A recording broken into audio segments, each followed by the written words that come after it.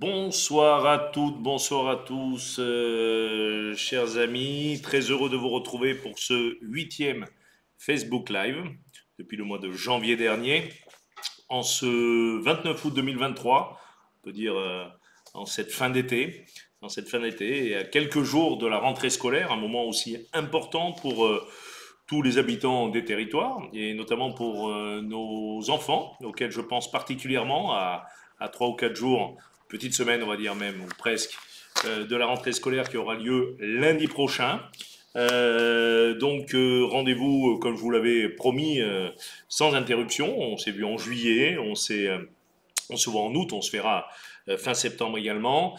Vous dire qu'au mois de juillet, c'était une émission ou une rencontre un peu plus soft, mais qui quand même a permis à 2800 personnes de regarder, soit en direct, mais plus souvent quand même en différé, tout ou partie de ce Facebook Live, avec d'excellents retours. Je vous remercie d'ailleurs pour vos messages nombreux sur au moins la validation de ce format d'échange en direct autant que faire se peut, et également aussi pour répondre à des questions que nous avons reçues, comme vous savez que vous pouvez le faire depuis quelques jours, questions qui me permettent d'avoir des réponses peut-être un peu plus précises.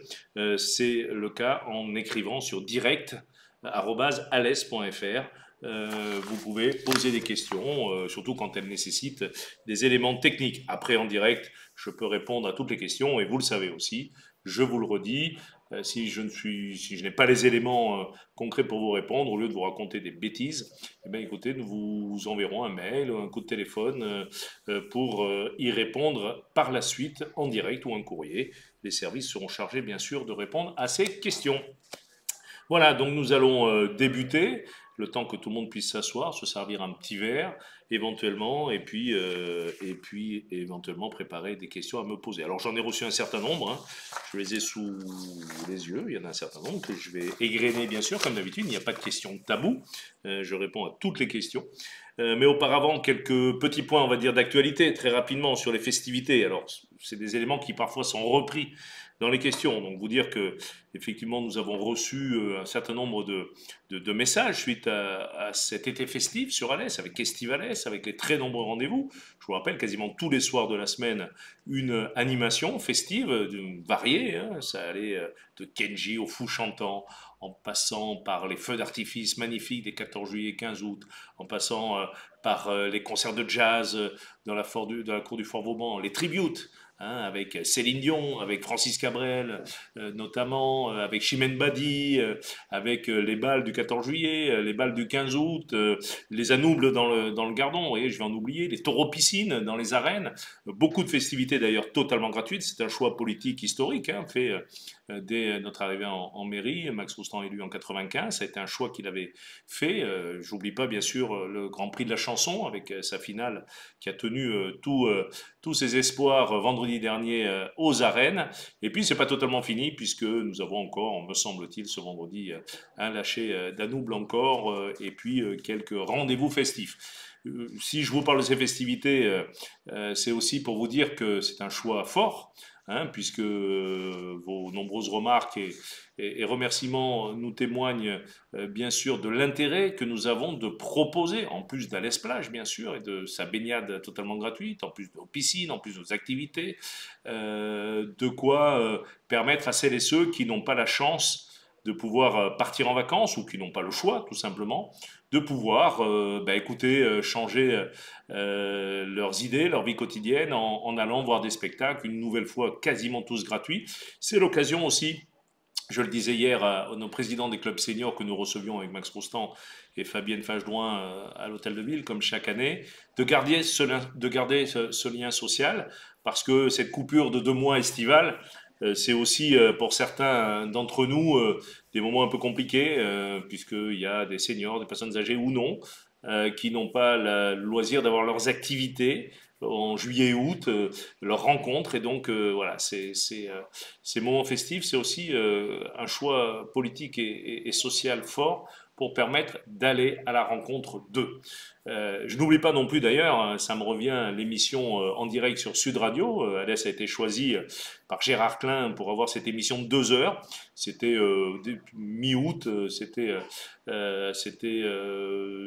devant les Halles de l'Abbaye, à la brûlerie, 2 heures où on a parlé d'Alès sur les antennes de Sud Radio, avec Gérard Klein qui nous a fait l'amitié de venir et de faire la promotion de ce territoire, de ses habitants, de ses atouts dans la torpeur estivale. Donc ça a été aussi un grand moment, et puis avec des belles retombées, hein, puisque effectivement les messages sur Sud Radio et ce que m'en a dit Gérard Klein à l'issue étaient tout à fait intéressants. Je n'oublie pas bien sûr, mais vous voyez quand on commence on les oublie, tout ça c'est de tête, Cratère Surface et tous les festivals, et puis alentour d'Alès, parce qu'il n'y a pas qu'Alès, bien sûr toutes les communes, tous les festivals à Anduze, à Saint-Jean-du-Pin, enfin là aussi je vais en oublier, les soirées à la Grand-Combe, à Vézénobre, dans tous nos villes et villages, à Génolac, enfin voilà, partout sur le territoire où il y a eu des animations festives, culturelles, ciné-été, hein, j'oublie bien sûr ciné-été, avec ces projections en plein air qui ont eu lieu un peu partout, enfin un peu partout, à certains endroits. On essaie chaque année, vous savez, de tourner sur les communes. Voilà. Je veux réinsister là-dessus pour dire à celles et ceux qui ne connaissent pas toutes ces programmations estivales. Pour l'année prochaine, pensez-y. Nous éditons d'ailleurs un fascicule, mais sur alès.fr, vous trouverez toutes les informations de ce qui se passe sur Alès et sur l'agglomération. Et c'est quelque chose qui me semble très important. Et donc en cette fin d'été, je voulais remercier celles et ceux qui avaient œuvré. J'oublie le Festival de l'humour, j'oublie, enfin voilà, il s'est passé tous les soirs, quasiment 6 jours sur 7 par semaine, des animations festives et culturelles. Donc ça va se terminer dans quelques jours, je le disais tout à l'heure en préambule, on va reprendre une activité normale avec la rentrée scolaire, avec effectivement le retour au travail pour certains d'entre vous. Et donc nous avons également passé un été avec un tourisme aussi important, hein. C'est vrai que nous avons vu les uns et les autres en regardant les informations que les touristes avaient changé leurs habitudes, avaient peut-être déserté un peu les plages de la Méditerranée, qui sont un peu peut-être un peu chères, avec beaucoup de monde, avec des problèmes de température. Et les premiers chiffres qui m'ont été apportés pas plus tard que cet après-midi montrent que le territoire a bien tenu, que pour l'instant, d'après les premières données, l'activité touristique sur Alès Agglomération s'est maintenue. Elle était l'année dernière avec déjà 4,7 millions de nuitées, hein, c'est quand même assez énorme. C'est de l'économie là aussi, hein, c'est des gîtes, c'est des hôtels, ce sont des restaurants, ce sont des équipements, voilà, des musées. J'oubliais l'exposition Georges Braque aussi, que vous pouvez toujours continuer à découvrir. Une magnifique exposition de niveau international, donc au musée Pierre-André Benoît à Alès, à Rochebelle, hein, vous pouvez y aller. J'oubliais aussi, vous voyez, quand on commence les nuits étoilées, hein, les fabuleuses randonnées de nuit courues par des centaines et des centaines de personnes à Saint-Sébastien, à Alès, un peu partout sur ce territoire. Donc le tourisme se porte pas si mal, on verra le bilan global. Un tourisme, je le dis et je le redis, qui n'est pas un tourisme de masse, mais qui est un tourisme qualitatif, un tourisme populaire, un tourisme culturel et surtout un tourisme durable. Vous savez aussi, j'aurai l'occasion de vous en reparler, je pense, dans quelques semaines. J'avais souhaité mettre en place un label tourisme durable avec certains équipements à qui nous avons décerné ce label l'an dernier. Ça va se poursuivre et nous voulons continuer à la fois à développer ce tourisme tout en préservant, je vous le redis à vous, les habitants des territoires. Il n'est pas question que les touristes viennent trop perturber la vie quotidienne de celles et ceux qui habitent ici, mais qui viennent apporter de l'économie, participer, apprendre ces Cévennes, connaître ces Cévennes. Et c'est dans cet état d'esprit que nous travaillons, et c'est quelque chose qui me paraît tout à fait important. Autre moment fort de l'été, nous l'avons vécu la semaine dernière, hein, je voudrais en redire 2 mots, la canicule. Hein, ce que nous avons connu, cette fameuse alerte rouge canicule. Nous avons malheureusement, d'après là aussi Météo France, connu sur la commune de Salindre, le record de France de cette année de température, 44,1 degrés. Ça veut dire que la ville d'Alès, juste à côté, et les communes alentours ont aussi connu des pics de chaleur extrêmes. Bon, je ne vais pas revenir ici, chacun fait son opinion et effectivement, malheureusement, les années qui arrivent ne sont pas très encourageantes en matière de canicule. Ce qui est important pour moi aujourd'hui, c'est de vous dire que effectivement, dans ces épisodes-là, notamment Alerte Rouge, qui est extrêmement rare, il y a une mobilisation générale. Je veux remercier aussi les services qui se sont mobilisés. Vous avez dû recevoir le message téléphonique ou SMS que je vous ai adressé pour vous donner quelques consignes et vous dire surtout que, effectivement, ben, dans ces épisodes-là, il faut savoir se préparer et il faut savoir que ben, il y a des services publics, il y a la puissance publique qui est là pour limiter bien sûr les effets néfastes de ces alertes rouges. Donc c'est passé, cette canicule. Je ne pense pas que nous revivions un épisode caniculaire cet été. Je ne le souhaite pas d'ailleurs. C'est vrai que nous ne l'avons pas connu en juillet, nous l'avons connu fin août, c'est un peu exceptionnel. Nous avons eu un bel été au niveau température, nous avons quelques pluies qui sont arrivées, c'est nécessaire puisque vous avez vu que la nature, nous avons connu début d'été avec quand même pas mal de précipitations qui ont rechargé les nappes. C'est l'occasion pour moi aussi de parler de la ressource en eau, à la fois au niveau d'Alès où il n'y a pas de problème, mais au niveau de l'agglomération, nous avons des communes qui connaissent du fait de leur principe d'adduction d'eau de plus en plus de problématiques. Alors cette année, c'était 3 communes, 4 communes touchées soit par des restrictions, soit par des apports d'eau. Là, c'est la Réal, donc l'agglomération, qui gère au mieux pour faire en sorte qu'il n'y ait pas de rupture d'approvisionnement. Également d'eau, c'est un gros travail et c'est des choses qui évoluent d'année en année, sur lesquelles nous devons travailler. Vous dire aussi qu'il y a des plans justement d'investissement très importants. C'est un plan que j'ai intitulé Alès Aglo EAU 2030. C'est plus de 200 millions d'euros qui vont être investis pour essayer de sécuriser nos ressources, pour les préserver, hein, bien sûr, et faire en sorte qu'avec le temps, il nous faudra quand même un certain nombre d'années, nous puissions arriver à sécuriser les ressources en eau. C'est l'occasion pour moi de vous donner à nouveau ces conseils qui sont de bon sens, mais qui me paraissent importants, de dire que l'eau s'économise et qu'effectivement, si nous voulons préserver la ressource et pouvoir nous en servir, à la fois bien sûr pour l'être humain, pour les animaux, mais aussi pour notre environnement, pour nos espaces verts qui sont des sources de fraîcheur, pour nos stades, ben voilà, il faut qu'on soit tous de plus en plus responsables. Et donc cet été, on l'a bien passé quand même globalement, mais on voit de plus en plus d'année en année, et depuis notamment que l'agglomération a pris cette compétence il y a maintenant 3 ans, nous voyons ces difficultés qui nécessitent de gros investissements. Et donc cette année encore, vous verrez dans le journal d'Alès Aglo du mois de septembre et de ceux qui vont suivre, les nombreux investissements faits pour sécuriser. Mais après, c'est un engagement aussi collectif, comme sur beaucoup de choses.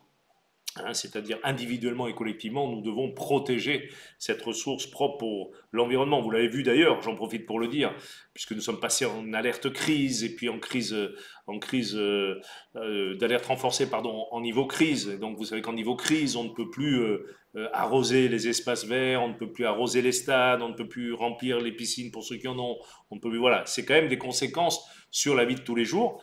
C'est bien de préserver, mais globalement, je le dis aussi, apporter des zones de fraîcheur en hypercentre dans les zones encore trop bétonnées sont des éléments importants. Donc nous avons géré ça de façon coordonnée pour faire en sorte d'utiliser le moins d'eau possible, tout en préservant quand même les espaces de fraîcheur qui sont tant demandés quand dans la ville il fait 40, 50, 55 degrés au soleil. Donc vous voyez, c'est quand même aussi à travers ce sujet très prégnant en été, l'occasion pour moi de vous rappeler aussi, parce que c'est vrai que bien souvent, les gens, c'est normal, râlent, ne sont pas toujours contents, mais il y a quand même du service public de proximité, une mairie, une agglomération, c'est du service public de proximité qui ne dort jamais.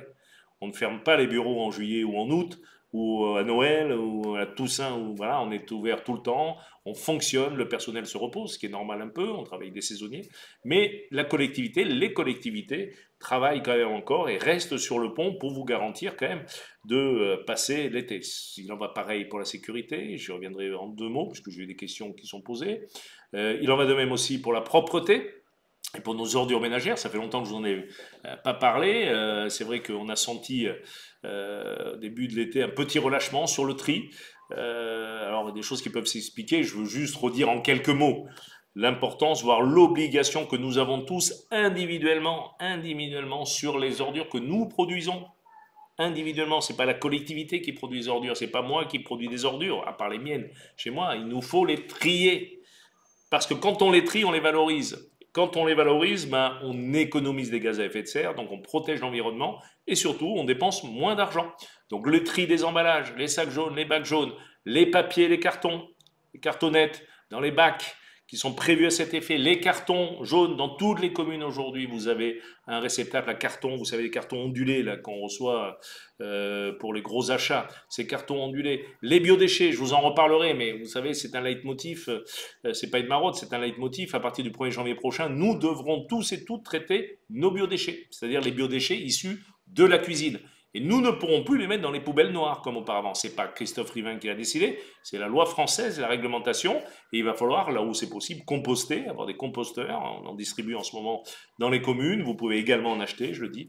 Et puis, pour ceux qui habitent en ville, il y aura des bacs spécifiques, des éco-composteurs. Voilà. Donc sur les déchets, il faut continuer. Le verre, bien sûr, vous le savez, les encombrants, les déchetteries. Tout est à votre disposition aujourd'hui pour traiter les déchets dans l'intérêt de la population. Je vous rappelle, pour ceux qui n'ont pas suivi ces émissions, c'est 25 à 26 millions d'euros chaque année dépensés pour traiter nos déchets. C'est 26 millions d'euros jetés à la poubelle. Le quart de nos dépenses de fonctionnement, c'est insupportable. Voilà. Et là, je le redis, c'est pas l'agglo qui crée les déchets, c'est nous individuellement. Mais l'agglo doit les gérer. Voilà. Et c'est pour ça qu'il y a des taxes que j'aimerais bien pouvoir baisser. Pour les baisser, il faut qu'on fasse tous un effort.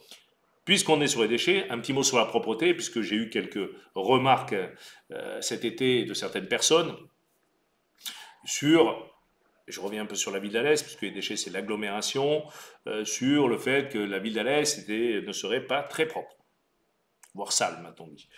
Je voudrais quand même rappeler deux, trois petites choses quand même à chacun d'entre nous. C'est-à-dire que d'une part, là aussi, comme les poubelles, la ville d'Alès ne salit pas sa ville. C'est pas la ville d'Alès qui salit. Ce sont les gens qui salissent les villes. Ce sont les individus. Ce sont les citoyens par des comportements parfois totalement irrespectueux du bien commun. Donc je le dis, je le redis, nous avons des équipes, des personnes, des balayeurs de rue, des agents de surface, comme on dit. Nous avons du matériel qui nettoie.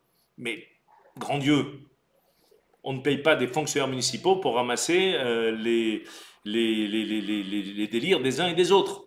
Donc déjà, pour avoir une ville propre, je le redis, c'est chacun individuellement qui devons nous servir des poubelles, ou il y en a quand même un certain nombre dans cette ville, pour ne pas laisser traîner nos détritus par terre, nos cigarettes, nos mégots, qui mettent des années, des dizaines d'années avant de disparaître et qui polluent l'environnement, nos déjections canines, pour lesquelles, je le dis, je le redis, nous passons à la verbalisation. C'est inacceptable aujourd'hui de glisser dans une déjection canine et de voir certaines personnes se fracturer le col du fémur ailleurs parce qu'on a laissé son chien ou son animal déféquer dans la rue. C'est interdit.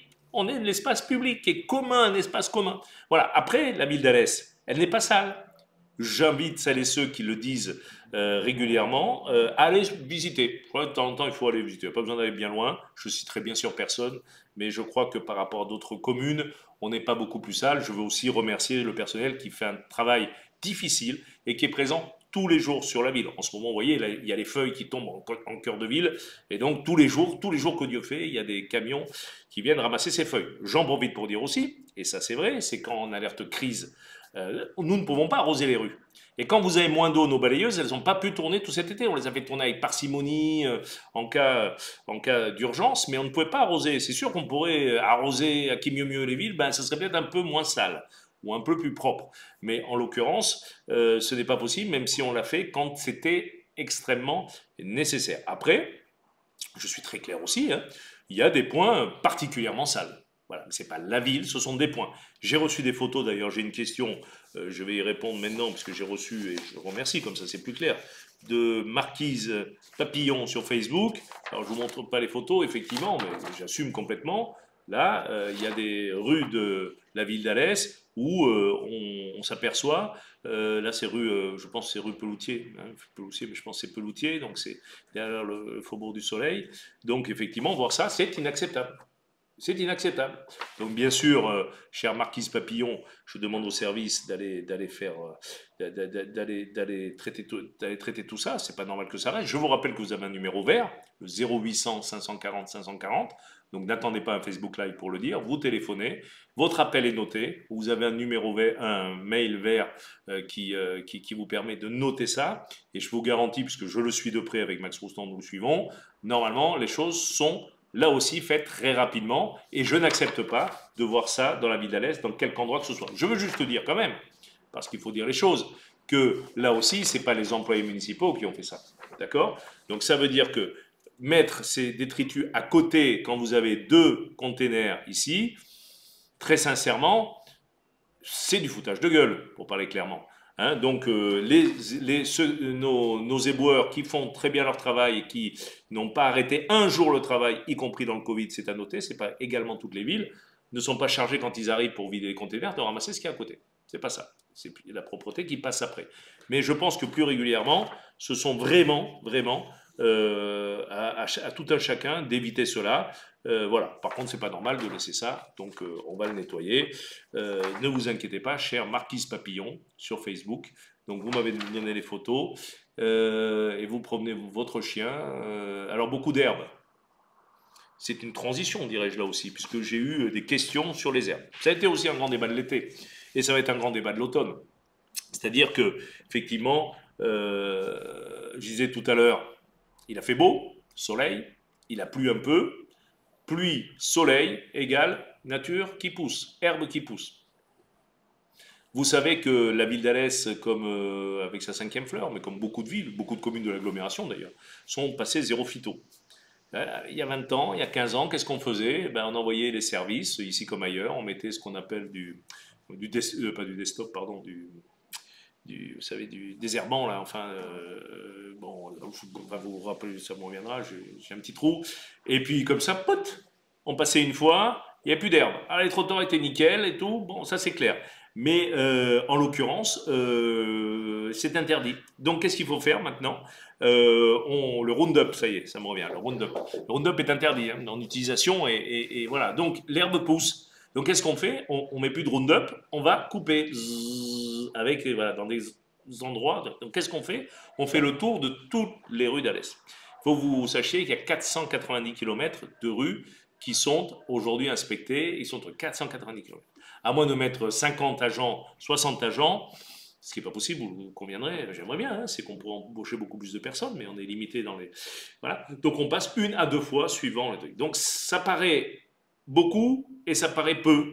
C'est-à-dire que quand on passe et qu'après il pleut et qu'il fait soleil, ça repousse l'herbe. Tant mieux, parce que la nature repousse, et moi j'en suis heureux. Après, c'est vrai, et je le déplore moi-même, hein, je vous le dis souvent, quand je passe dans une rue ou dans un endroit, dans un quartier, hein, je demande au service d'intervenir. Quand les circulations sont entravées, les trottoirs pleins d'herbe, et ça arrive, je ne le nie pas, ou quand les fossés, le pluvial, peut être bouché et donc gêner l'évacuation des eaux. Je rappelle juste une chose, à bon entendeur, salut aussi.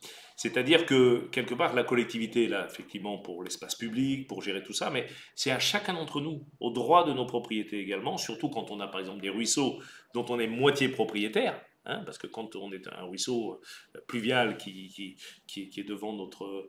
Chez nous, c'est à nous aussi de temps en temps de mettre un petit coup de rotofil, enfin de...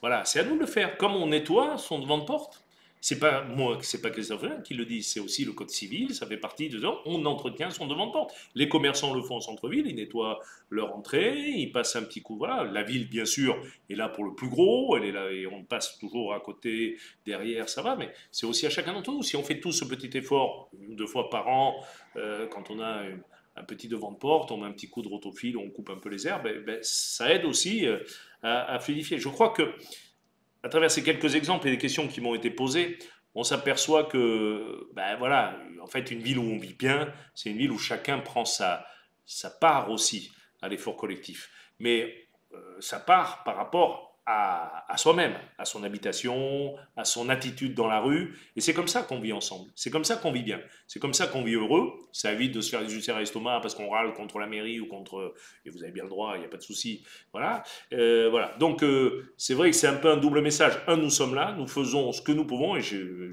croyez-moi, je pousse les services pour faire ce travail. C'est peut-être pas suffisant, mais c'est fait avec nos moyens et avec surtout nos besoins. Voilà. Vous imaginez autant de kilomètres de rue, imaginez-vous avec une débroussailleuse voilà, c'est quand même beaucoup de travail et c'est pour ça qu'ils ont payé, ils le font hein, pour les visiter, pour les suivre un peu. Je peux vous dire qu'ils le font.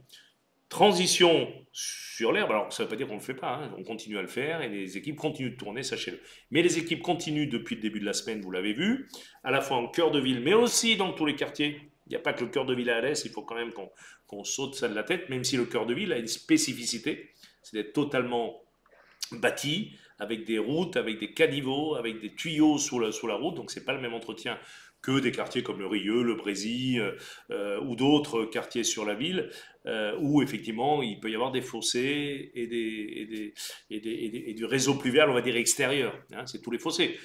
Je rappelle aussi pour dire que ces fossés, si ils ne servent que quelques jours par an, ils sont essentiels ces quelques jours par an. Quand il pleut pas, les fossés, on se dit à quoi ça sert? Ça prend de l'espace. Oui, mais quand il pleut, on est bien content de voir l'eau s'y jeter et partir vers le gardon. Parce qu'in fine, l'eau, elle est amenée vers la rivière. C'est l'écoulement naturel. L'eau part du ciel et elle arrive à la mer. Voilà. Bon, c'est comme ça. Et donc, c'est une certaine logique. Donc, les ruisseaux, les bassins de rétention, surtout dans cette période où on pourrait attendre quelques épisodes sévenols ou pas, hein, on ne sait pas, ben, il faut entretenir son pluvial. Et c'est pour ça que nous avons lancé encore une grande campagne en ville, c'est les avaloirs. Hein. Là aussi, je pense que faire une petite vidéo comme je l'avais fait l'an dernier, pour vous montrer tout ce qu'on trouve dans les avaloirs. Franchement, parfois je me demande comment les choses ont pu rentrer dedans, quoi. À part soulever les grilles et trouver des matelas, des coussins, une télévision, on a trouvé bon, des canettes, des mégots, tout ça. Et un avaloir bouché, c'est de l'eau qui rentre pas dans le réseau pluvial, c'est de l'eau qui reste sur la route, c'est du danger pour ceux qui habitent, c'est de l'inondation pour les maisons. Voilà, c'est aussi simple que ça. Mais chaque année, il y a une campagne à minima, voire deux, suivant l'État. On enlève les feuilles, on débouche tout ça. C'est aussi notre argent public, hein, parce que là, on sous-traite, on le fait en direct pour partie, mais on sous-traite aussi parce qu'il faut des grosses machines. Et donc, tout ça, ça coûte. Mais c'est normal de le faire. Là, pour le coup, là, s'il y a bien quelque chose qui doit être fait par la collectivité, parce qu'on est dans le réseau public, c'est bien ce genre de travaux qu'il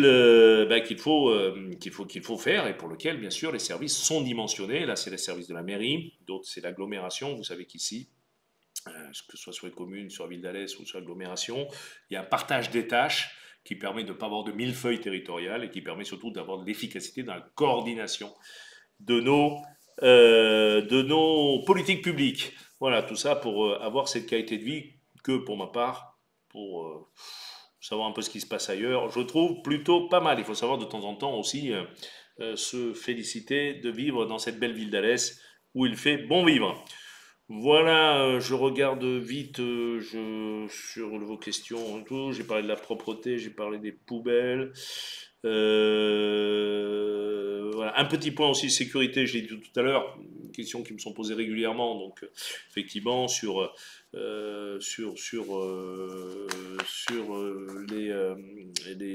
les personnes qui parfois sont nombreuses en centre-ville.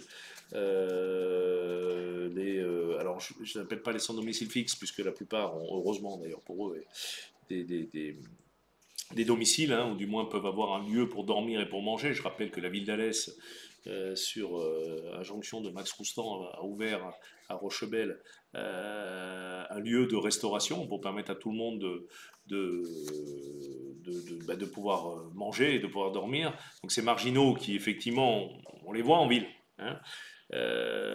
Donc sachez que depuis le mois de fin juin, donc j'ai vu avec le procureur de la République pour qu'il nous donne matière à pouvoir faire beaucoup plus de contrôles et beaucoup plus de comparutions lorsqu'il y avait des exactions sur la voie publique. Donc on a beaucoup de chiffres en la matière. Alors, effectivement, du coup, ça se dit aussi, et bah, on est peut-être un peu moins tranquille sur la ville d'Alès qu'ailleurs.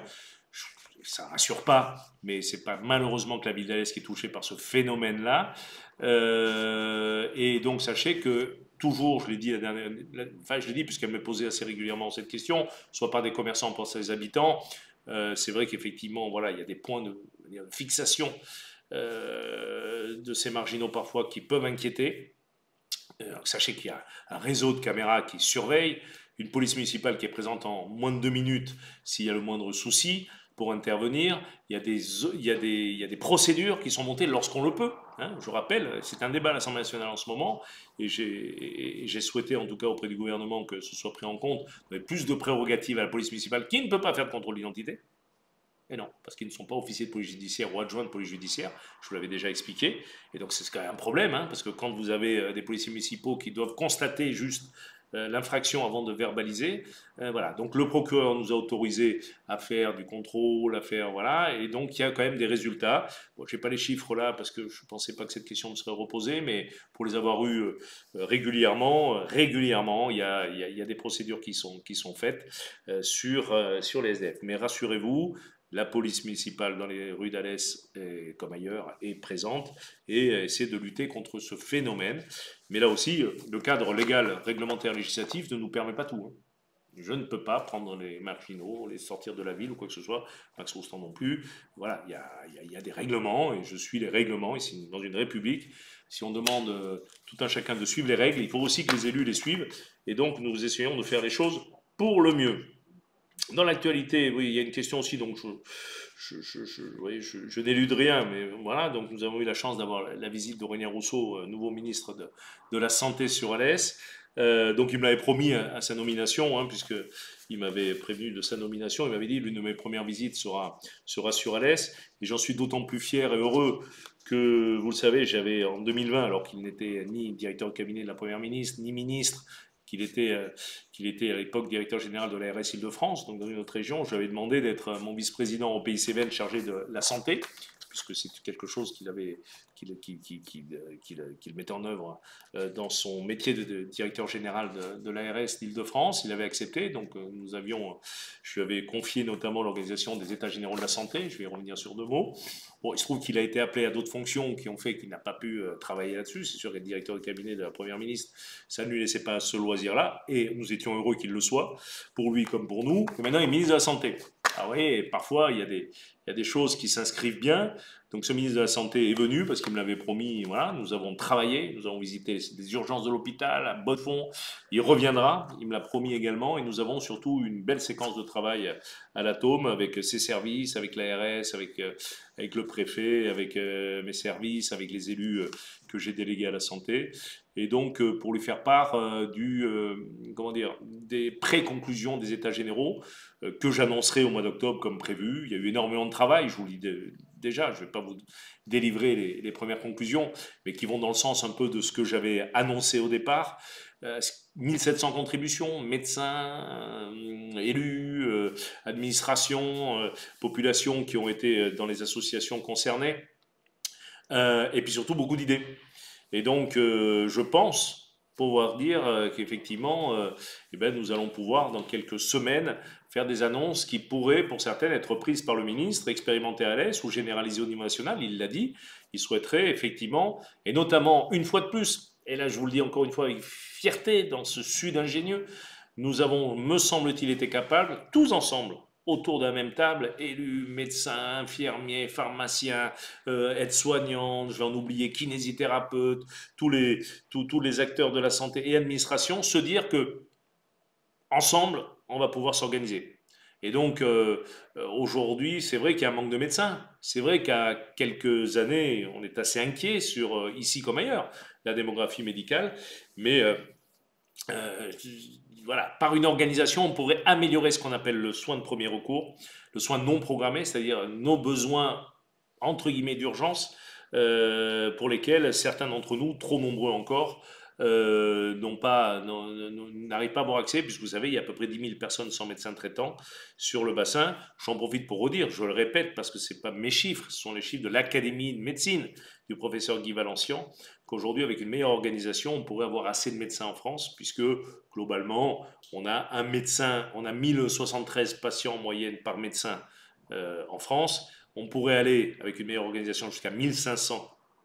D'accord. Et si tous les Français avaient un médecin traitant, chaque médecin aurait 1376 patients. Donc, oui, il y a une marge.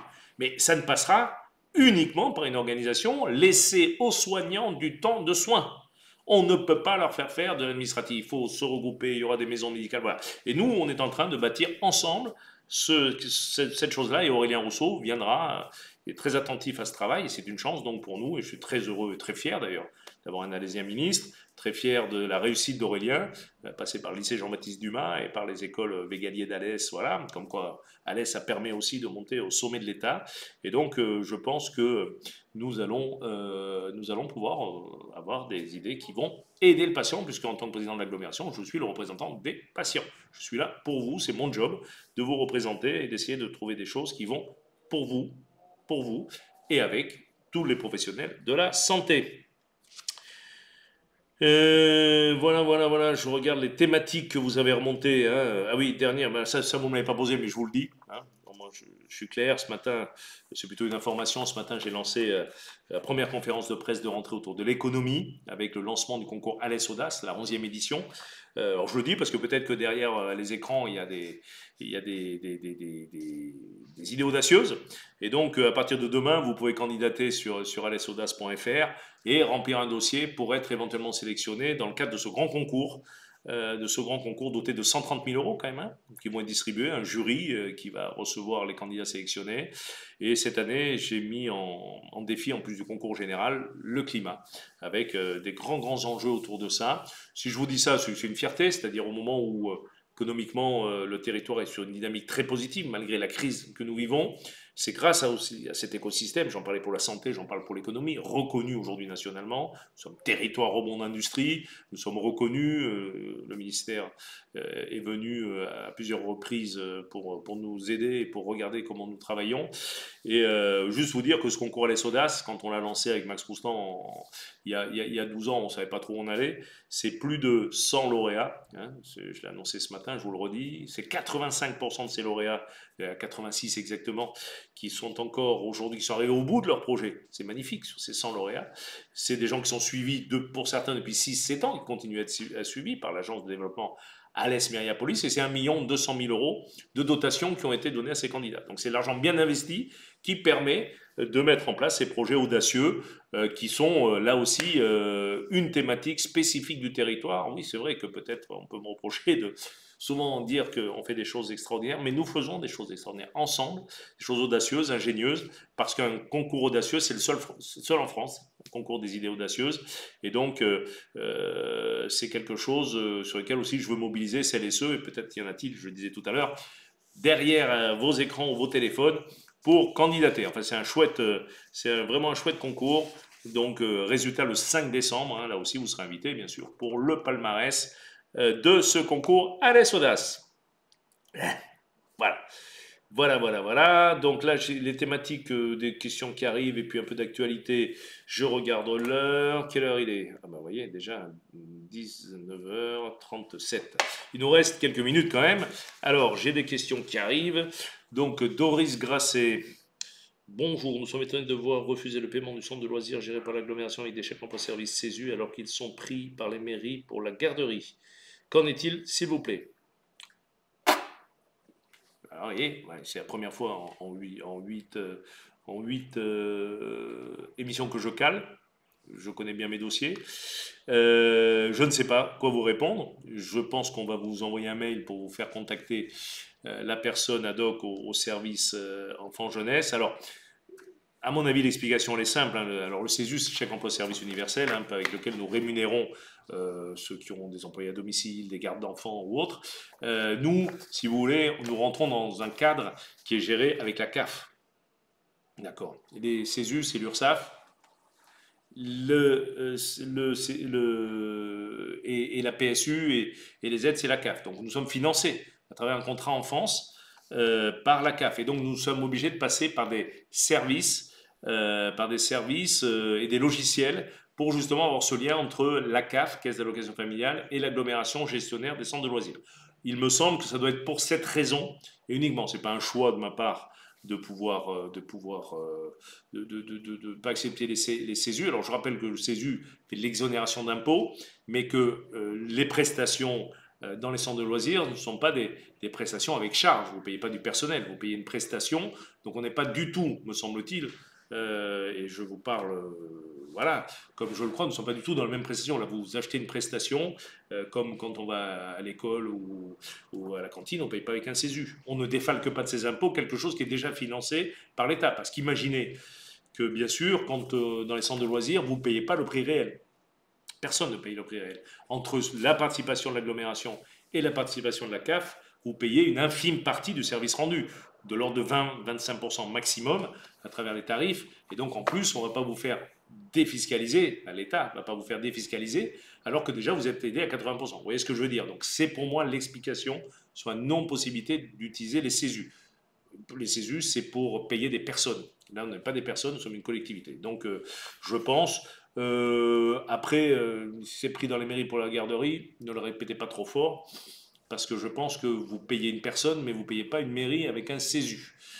Ça m'étonnerait, utilisant moi-même à titre personnel le CESU, j'ai jamais vu qu'on pouvait payer une collectivité avec un CESU. Mais on va regarder, et si je me trompe, je vous le dirai, mais je n'y crois pas. Oui, pour la garderie de l'école maternelle, me dites-vous, ne me donnez pas la commune, je ne vais pas la dire en direct, mais je ne pense pas très légal de payer une collectivité avec un chèque emploi-service. On ne défalque pas ces aides de collectivité. Alors, c'est possible que ça passe par une association, parce que peut-être que cette commune sous-traite à une association, ou à des gens, ou à des salariés, entre guillemets, des auto-entrepreneurs. Et dans ce cas-là, vous payez l'auto-entrepreneur, effectivement. Mais bon, je vous répondrai, je ne veux pas passer la soirée là-dessus, parce que je ne le sais pas. Oui, c'est vrai que c'est important, je vous crois, madame, je ne dis pas ça, mais je vais quand même enquêter, ça me surprendrait. Enfin, fiscalement, il y a un problème quand même quelque part, si c'est la collectivité qu'on paye, je parle. Moi, l'aglo, c'est une collectivité, la mairie, c'est une collectivité, et un CESU, c'est vers la personne. Chèque emploi service universel, il y a emploi dans CESU. Emploi, vous n'employez pas employeur quand vous prenez un service public. Je vous répondrai, et si c'est possible, ça sera avec plaisir qu'on acceptera les. C'est pas un choix de ma part, hein, sachez-le. Voilà, Doris. Mais on vous répondra précisément. Je demanderai au service de vous appeler personnellement. Alors, oui, si, autre question d'actualité quand même que j'oubliais, mais parce que c'est l'incendie à Cévennes-Déchets, hein, donc que nous avons connu le 15 août. Hein, bien sûr, j'étais présent sur place dès l'alerte pour auprès des pompiers, de l'entreprise d'être présent et de la population de Tamaris. Là aussi, il faut être très très clair. Hein, bien sûr que nos premières actions ont été pour les populations voisines, pour essayer de regarder la toxicité ou non des fumées, donc vu avec l'entreprise, qu'est-ce qu'il y avait dans ces entrepôts qui ont brûlé. Des DIB, déchets industriels banaux, donc sans risque majeur d'après les services présents. Analyse, je le dis aussi parce que ça évite, c'est un sujet important, c'est vrai que j'aurais pu traiter un peu plus tôt. Analyse en continu des fumées émises par les marins-pompiers de Marseille qui ont un appareil spécialisé pour la toxicité.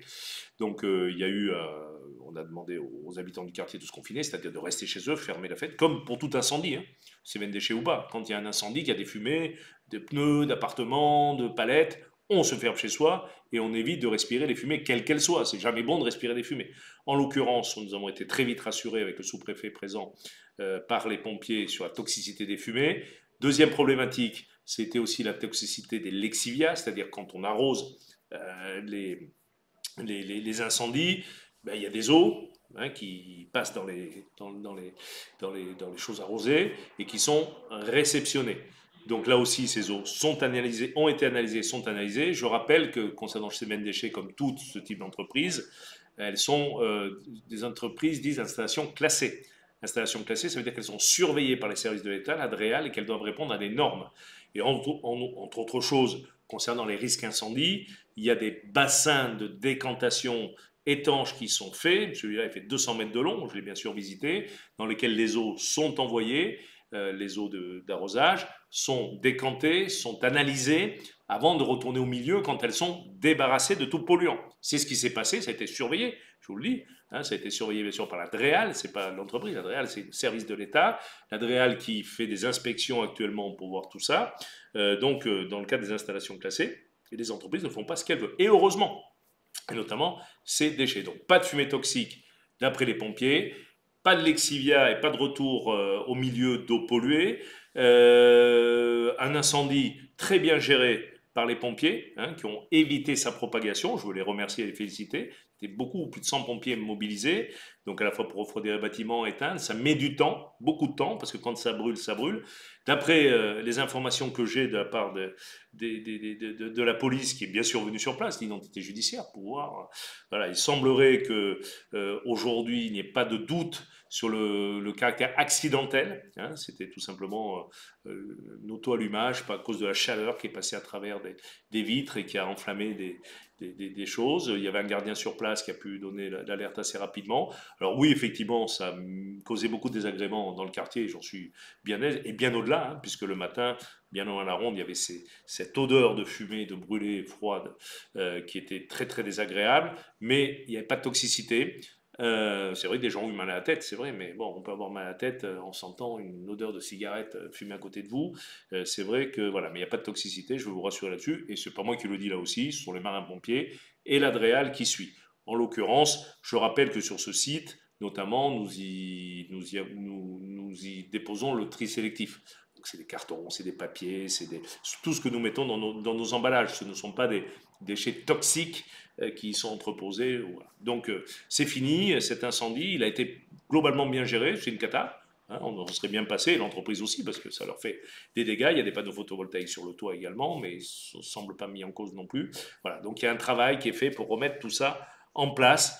C'est pas simple, mais encore une fois, merci et bravo aux pompiers. Je rappelle pour rassurer tout le monde aussi que j'ai été sur place, j'avais pas de masque à gaz, les pompiers sont intervenus sans masque à gaz. Imaginez bien que si on a eu la moindre information sur la toxicité, les pompiers comme moi, comme le sous-préfet, comme le maire, comme tous ceux qui sont passés, on se serait protégé aussi. Hein, donc voilà, il faut garder un peu la raison, même si je conçois que ça puisse faire peur. Après, il ne faut pas qu'on ait peur de tout le temps, il faut aussi qu'on fasse confiance aux autorités, et en l'occurrence les marins-pompiers de Marseille, présents en nombre.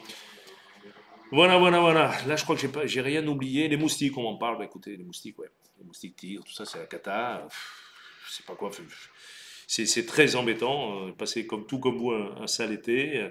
Et donc, c'est vrai qu'on essaie de lutter contre les moustiques, mais on ne peut pas démoustiquer n'importe comment. Là aussi, il y a des organismes.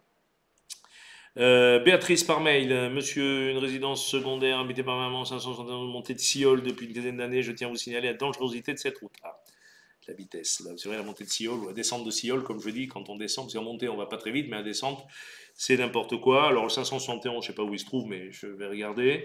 Je sais, je connais ces problèmes, c'est assez complexe. De toute façon, toutes les questions de sécurité, on me pose la question à chaque fois. On essaie quand on peut de chicaner, de ralentir. Les ralentisseurs, c'est pas toujours la solution. Les feux qui passent au rouge dans la montée de Sioule, il y a un feu qui passe au rouge quand on va trop vite. Voilà, c'est pas simple, mais sachez que nous réfléchissons point par point. Mais sachez que tous les kilomètres, dans toutes les rues de la ville, y compris le cœur de ville, en zone 15, zone 20, zone 30, nous avons ces problèmes de vitesse ou de ressenti de vitesse pour certains. Et c'est vrai qu'il y en a beaucoup qui vont beaucoup trop vite. Et nous ne sommes pas en capacité de verbaliser tout et partout, tout le monde. Et puis, c'est pas non plus une volonté de verbaliser tout le monde. Mais nous réfléchissons à plein de choses et nous déployons. C'est aussi beaucoup d'argent. On ne peut pas faire les 500 km de rue d'un coup d'un seul, mais on va le faire. Mais votre requête est prise en compte et la montée de Sioule sera là aussi traitée, même si c'est un axe important, hein, parce qu'il y a beaucoup de trafic et donc on ne peut pas chicaner, on peut pas, il y a des choses qu'on ne peut pas faire, il y a des bus qui passent, donc les dodanes, on ne peut pas les monter trop haut, il y a des vélos, il y a des mobylettes, donc là aussi, il faut qu'on prenne tout en compte et je vous garantis que si on pouvait régler d'un coup d'un seul ce problème-là, nous le ferions avec grand plaisir, tant que nous sommes demandés. Je regarde les questions qui arrivent. Stéphanie sur Facebook, étant donné que vous êtes président de l'agglomération, je suppose que le quartier de Tamaris en fait également partie d'Alès et j'aimerais savoir pourquoi notre quartier est à l'abandon total. Vous pouvez circuler le terrain de foot de Cévennes jusqu'au terrain de foot de Tamaris. Peu importe la rue empruntée, mais tous les abords des trottoirs commencent à devenir une vraie jungle et nous obligent à marcher directement sur la route, nous mettons en danger à chaque instant. Nous sommes plusieurs à avoir déjà appelé le service voirie mairie prime pour leur demander de désherber les trottoirs et autres, mais pour le moment, aucun succès vu que la pousse continue à grimper davantage. Est-ce normal une telle situation? Vous remercions par avance, monsieur Lejean. Vous voyez, je lis toutes les questions, même quand elles ne sont pas tout à fait gentilles, c'est très bien. Mais c'est très bien. Je préfère la question gentille, mais je suis là pour répondre. J'en ai parlé tout à l'heure du désherbage. Alors, Tamaris est un quartier de la ville que nous aimons, petit quartier dans la ville, un petit village dans la ville, effectivement, sur lequel nous avons aussi des gros projets avec la troisième tranche de la rénovation urbaine.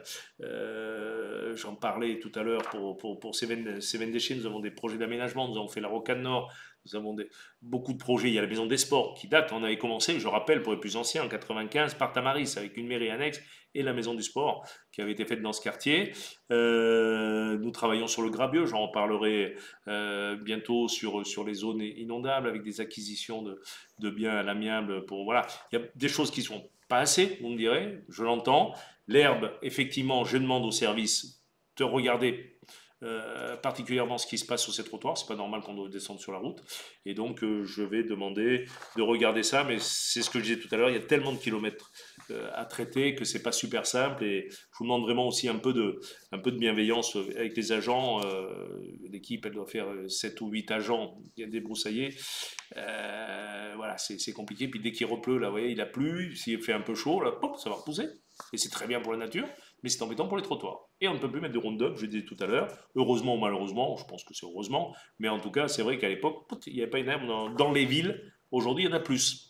Et certains laissent penser qu'il faut de l'herbe sur les trottoirs, il faut renaturer, voilà.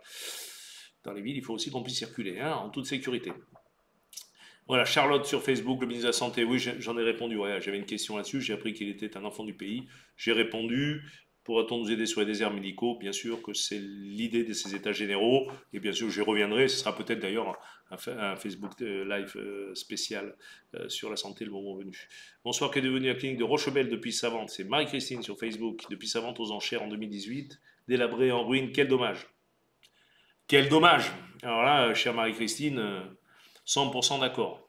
Je ne reviendrai pas sur ce qui s'est passé à l'époque. Ça m'avait plus qu'énervé. Hein. Certains ont voulu se débarrasser au motif que l'hôpital neuf allait arriver. Voilà. Donc on a fermé, on a demandé à l'hôpital de reprendre à l'époque cette ruine. Beaucoup de projets ont eu lieu qui ont capoté, hein, de par les promoteurs. Et aujourd'hui, je peux vous annoncer qu'en tant que président du conseil de surveillance du centre hospitalier, propriétaire de cette clinique, nous avons pris la décision de la céder, cette clinique, à un promoteur. Donc je vais donc j'annoncerai prochainement, hein, ce sera un projet culturel, je peux vous le dire, un investissement culturel sur ce lieu. Donc il va y avoir réhabilitation dans ce quartier qui est en pleine réhabilitation avec une PNRU qui va enfin accélérer au début du quartier avec les problèmes qu'on a connus, et puis avec le PAB, le pôle culturel scientifique de Rochebelle, et demain, ce que j'espère être ce projet culturel privé, et donc qui sera une très très belle idée et que je soutiens bien sûr. Donc je vous en parlerai, et en tout cas j'espère qu'on va voir la fin de cette ruine. Marlène Bouvier, ah, je dis pas les noms généralement, mais vous l'avez marqué par mail. Bonjour, à sécurité rue de la Meunière, Square Sauvage, avec la canicule obligée de dormir les volets et fenêtres fermées. Pourtant, vous aviez dit que ce serait fermé le soir. Pourquoi ne pas l'avoir mis sous vos fenêtres? Voilà, dis-leur, ça continue, ça va finir comme anime. On n'est pas là quand même encore, mais il faut être vigilant. Voiture vandalisée, pourquoi laisser le chauffage dans les appartements vides avec la situation climatique? Puis entre le prix des charges de chauffage qui augmente, bientôt ça ne sera plus des loyers sociaux. Puis les passes droits, les places de parking. Oh là, ben, chère Marlène Bouvier, vous avez beaucoup de récriminations. Si vous avez des passes droits, dites-le-moi, hein, citez-les-moi, je les réglerai avec grand plaisir, étant contre tout ce qui est passe droit. Donc voilà, après, voilà. Après j'arrête de lire parce qu'il y a des noms que je cite pas. Oui, je lis aussi votre question. Alors, plusieurs réponses. Oui, vous avez raison. Et là, je voudrais quand même en profiter. Ouais, c'est aussi un sujet important. Nous avons pris la décision, c'était dans notre projet pour Alès en 2020 avec Max Roustan, de créer, à l'image du Square Beltram, qui était une grande réussite avec plein d'enfants, soirée, jour. On l'a vu encore pour la canicule où les parents amenaient leurs enfants.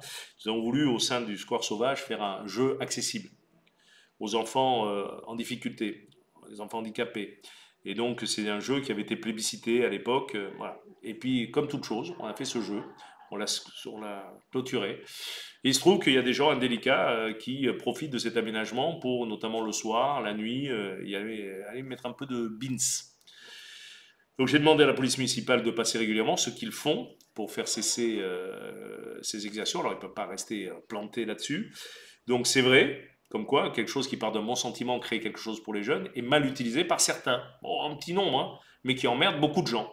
Et ça m'énerve, tout comme vous. Donc on va, et j'ai demandé là aussi, on va édicter un règlement très précis, on va peut-être faire évoluer les clôtures, faire en sorte qu'elles ne soient pas franchissables, et fermer ce parc pour pas que ça serve à d'autres choses que d'y aller s'y reposer ou d'y aller faire jouer ses enfants. Voilà. Et j'ai la même colère que vous là-dessus, et je trouve insupportable. Un jour, on finira par plus rien faire, parce que dès qu'on fait quelque chose qui va dans le sens de l'intérêt général, ben c'est détourné. C'est détourné par certains qui ne comprennent pas le vivre ensemble, ce que je disais tout à l'heure sur les poubelles. Ça me met en colère. J'y suis passé personnellement un soir pour leur demander de cesser le trouble et d'évacuer. Bon, ils ont été à peu près sympathiques, hein, parce qu'ils m'ont reconnu, et voilà, pour l'instant, on n'est pas dans... C'est pour ça qu'aussi des élus se font engueuler, et la PM doit passer. Donc n'hésitez pas, il y a du BINS là-bas, vous appelez la police municipale, le CSU, nuit et jour, enfin jusqu'à 3 h du matin après, et enfin, H24, le CSU, et on envoie ces désordres à la police pour faire régner un peu l'ordre. On n'est pas là pour emmerder le monde en centre-ville. Après, il faut aussi 22 h, 22 h 30, il faut accepter que les gens le soir aillent prendre l'air. Le vivre ensemble, c'est aussi un effort collectif. Voilà, mais quand ça dépasse les bornes, ce n'est plus possible. Quant au prix des appartements vides, ben, je vais m'enseigner, je ne suis pas persuadé que tout soit chauffé, mais effectivement, il y a des immeubles avec des systèmes anciens où on ne peut pas couper le chauffage dans un appartement. C'est malheureux. Les travaux qui vont être faits sur la rénovation urbaine vont le permettre. Vous avez vu en ce moment, c'est l'occasion pour moi de dire, vous avez des grands trous dans la Grande Rue Jean Moulin également. Donc là, on est en train de changer les canalisations de chauffage. On va faire des économies de chauffage parce qu'elles seront mieux isolées, elles seront plus neuves, et ça nous permettra de ne pas casser les aménagements qui seront faits sur la voirie. Moi, je veux dire aussi que l'entreprise, c'est sûr que ça nous met du bins au mois de juillet et d'août, mais elle avance bien, et donc c'est bien, on aura le chauffage qui pourrait être remis en place. Nous travaillons justement sur l'individualisation du chauffage, faire en sorte de pouvoir couper, et dès que c'est possible, c'est fait, m'avait-on dit à l'époque quand j'avais posé la question. Quant aux charges, bon, ça n'engage que vous, tout est toujours trop cher. Quand on nous demande de payer des charges, mais des charges dans les logis Sevenol par exemple, je peux vous garantir, c'est fonction des dépenses. Donc si on dépense beaucoup en nettoiement, là aussi en entretien, en chauffage, en collectif, c'est répercuté, c'est la loi française là aussi, les locataires payent. J'en profite pour rappeler quand même que nous avons quand même un office public d'HLM qui a des loyers de 27% inférieurs à la moyenne nationale. Donc on a payé de loyer moins à Alès, pas 27%, excusez-moi, 13% inférieur au prix de la moyenne nationale. Donc on a des loyers plus bas quand même, hein, avec un office bien géré, avec 6000 logements. Un nouveau directeur vient d'arriver d'ailleurs hier pour reprendre tout ça en main. Et donc les choses vont pas. Après, c'est sûr qu'on dépense toujours trop et le chauffage augmente. Et encore, on ne vous a pas répercuté cette année sur un choix de Max Roustan la totalité de l'augmentation du chauffage, mais nous sommes indexés aussi sur le prix du gaz et tout ça, même si c'est du chauffage au bois. Vous savez que l'indexation sur le chauffage, mais nous payons beaucoup moins que si vous étiez au chauffage au gaz ou à l'électricité. Parce qu'on a pu maintenir l'augmentation, qui est minime, toujours trop forte, mais minime. Les particuliers qui sont chauffés au fioul, au gaz, verront sûrement leur facture beaucoup plus augmenté que les habitants des logis Sevenol qui sont chauffés par la biomasse. D'ailleurs, pas tous, hein, c'est le cœur de ville et des Cévennes et une partie des Pré-Saint-Jean. Voilà, donc on essaie de faire bien, on ne fait pas tout bien, mais on essaie de faire bien en tout cas. En tout cas, si vous avez des besoins, n'hésitez pas là aussi à nous les faire connaître. Si on peut dire oui, ça ira. Joséphine Dumas sur Facebook, peut-on connaître l'avancement du chantier des termes des Fumanes?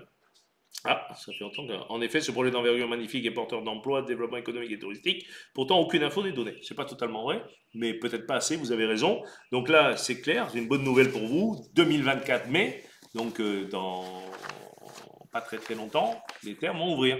Donc le gros œuvre est fini. Nous avons visité avec les financeurs le chantier qui est magnifique. Ce sera un lieu magnifique, extraordinaire, avec un endroit balnéo, un endroit de soins, les lieux qui seront magnifiques, la partie hôtelière, la partie... Voilà, c'est génial. Donc j'avais demandé deux, trois dates, puisque vous m'aviez posé la question avant. Donc fin mai 2024, ouverture, hein, c'est demain matin, c'est dans moins d'un an. et donc sur la rhumatologie, voie respiratoire, dermatologie, voilà, et l'espace bien-être avec les piscines extérieures. Moi, je vous inquiétez pas, de toute façon, juste avant l'ouverture, on va vraiment communiquer parce qu'il faudra que vous y alliez aussi pour bénéficier de ces magnifiques installations. Guillaume de Rose, puisque quelle heure il est là? 58, vous voyez, bon, il me reste 2 questions, je crois, que je n'ai pas traitées. Oui, c'est ça.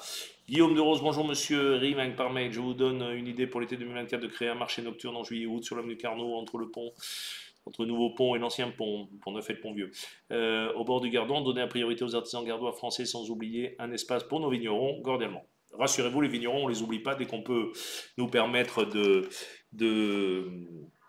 de les mettre en valeur, notamment de TriGP Cévennes, nous le faisait et vous savez que je suis moi-même un ardent défenseur et que nous aidons la OP Cévennes. Nous réfléchissons, c'est une bonne idée. Alors entre les deux ponts, ça coupe un peu la circulation, vous voyez pour le 14 juillet, tout ça, ça râle parce qu'on ferme, et c'est vrai que c'est un axe important qui empêche un peu la circulation, mais nous travaillons, je crois d'ailleurs qu'il y a un marché un de ces soirs là qui va être organisé, il y en a eu un sur la rue Jean Castagno, mais on aimerait bien, effectivement, et j'aimerais bien sur Alès, avoir un marché beaucoup plus artisanal. On a les managers du cœur de ville qui y travaillent.